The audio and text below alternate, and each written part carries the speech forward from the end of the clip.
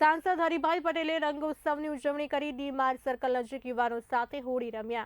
કાર્યકરો સાથે મન મૂકીને રંગોમાં રંગાયા। ઉત્સાહ અને આનંદનો માહોલ સર્જાયો હતો।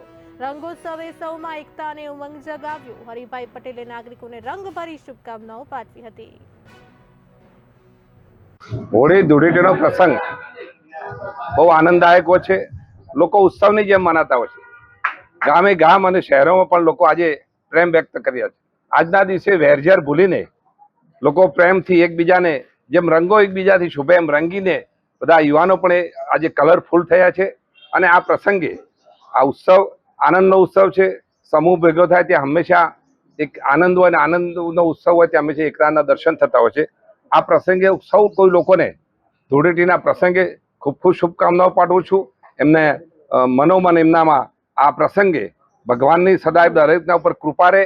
અને આ પ્રસંગ આપણા માટે ખરેખર આનંદદાયક છે, કારણ આખા વર્ષમાં દરેકને નાની મોટી વેરઝેર ભૂલીને આજે